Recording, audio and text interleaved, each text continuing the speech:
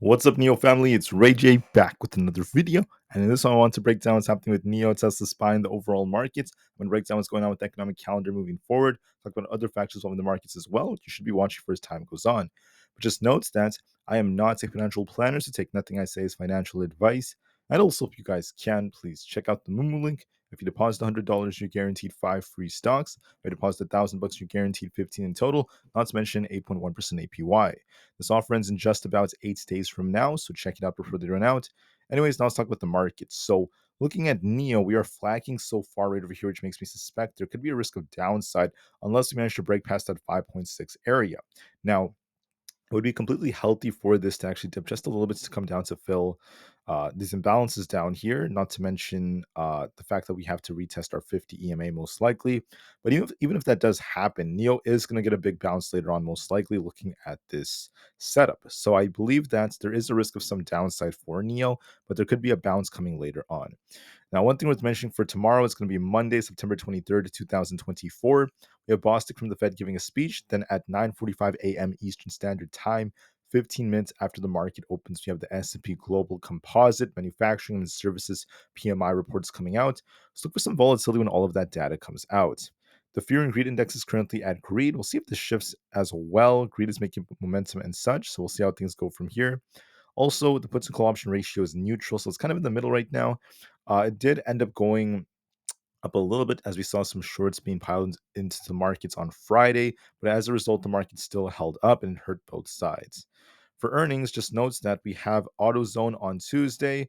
For Wednesday, we have Micron and a few others. And Thursday is going to be a big day as we have Costco. So everything is quite minor, nothing too crazy.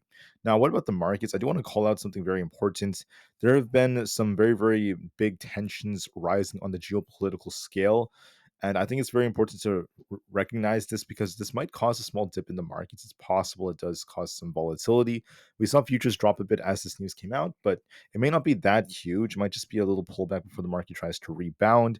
That's the way I still see things as we have gaps above to fill. So I don't think the market's done quite yet. But I do want to call out that with everything that's going on in the Middle East, the US is obviously involved, and these tensions may lead to some fear. So be a little bit careful if you are trading. I wouldn't be surprised if you see a small dip because of this, followed by a nice bounce. Just want to give you guys a heads up about that. These whole situations and these tensions go back for thousands and thousands of years. So I'm just trying to say that with the groups involved, it's sad to see this. Innocent lives pay the biggest price, and hopefully things do cool off, but it's very, very serious. Now, as far as NEO goes, there's been a lot of talk about the Envoy L60 with a very, very nice capacity.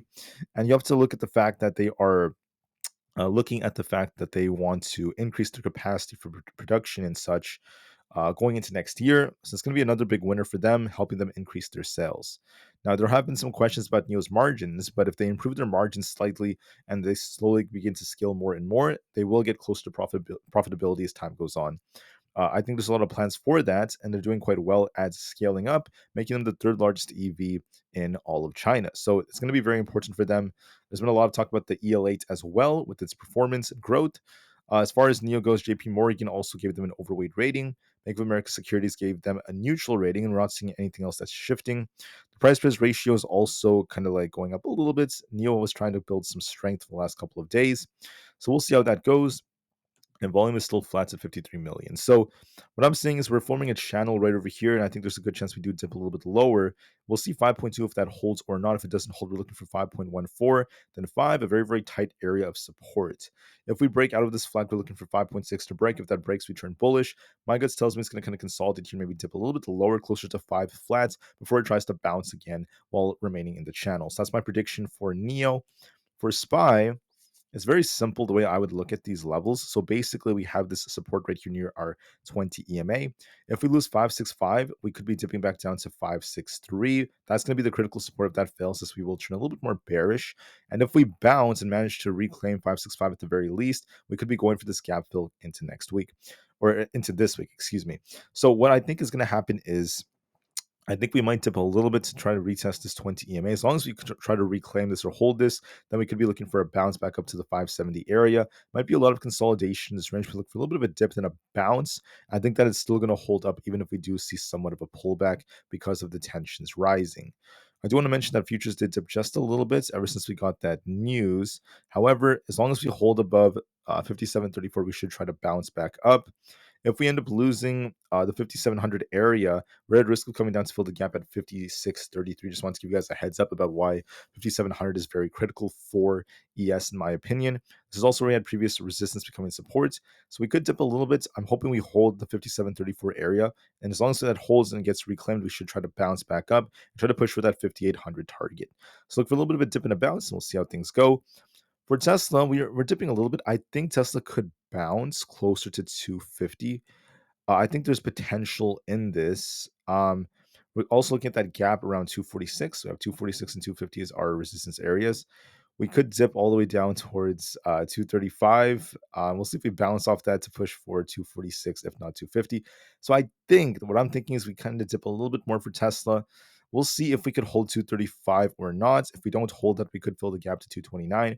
But we might dip a little bit more to the grab liquidity down here in the mid 230s, then we should be looking for a bounce back up for that 246 target. So Tesla remains bullish. Look for a small dip and a bounce. We'll see if we bounce up 235, if not all the way down here at 229.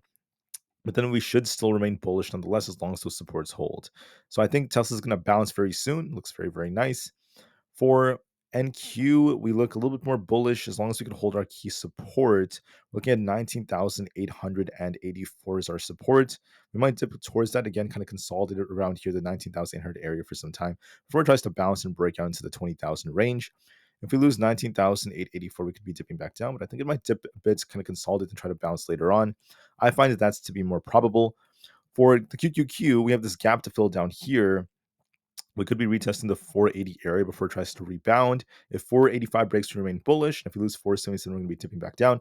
Look for a dip and a bounce is the most likely case. And I think there's a good chance we try to rebound. We have a nice double bottom like structure. We look bullish as we have this gap to fill up here. But we might dip a little bit more. Could be retesting that 480 to 478 area before it tries to rebound all over again. So I just want to give you guys a heads up about that. Apple's dipping a little bit, could dip a little bit more. We could be retesting 227, if not 225, but then there could be a bounce after that. That's going to be very, very key for us.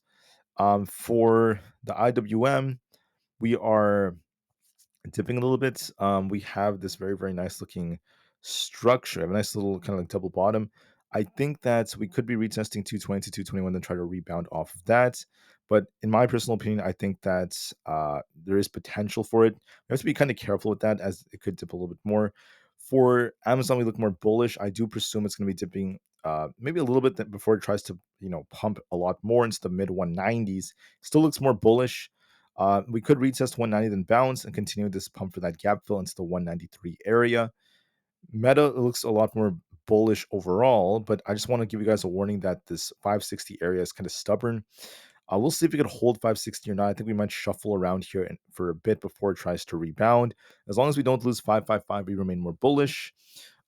If we lose 555, we could dip back down to about the 548 area. But what I presume is going to happen is we kind of shuffle in the 560 zone before we try to bounce. So watch for that. For Microsoft, we have kind of like a double top like structure. We're looking for 433.89. If we lose this, we could be dipping back down to about 430. We'll see about that. It's looking a little bit like it wants to dip closer to about 433 to me. It might dip a little bit more before it attempts to rebound. If we don't hold or close above 433 tomorrow, I will turn a little bit more bearish. So look for a small dip on Microsoft, and we'll see if we bounce or not. And finally, with Google, we have resistance at 165. It looks like it wants to break this. It looks like it has a lot of momentum. If we break 165, we're looking for a big pump for 167. If we don't break that, we could be dipping back down. We still have that gap to fill, of course, all the way down to like 162. So I see potential in this to break out. So we'll see how it ends up going. With that being said, I want to thank you all so much for listening. Please have a great day.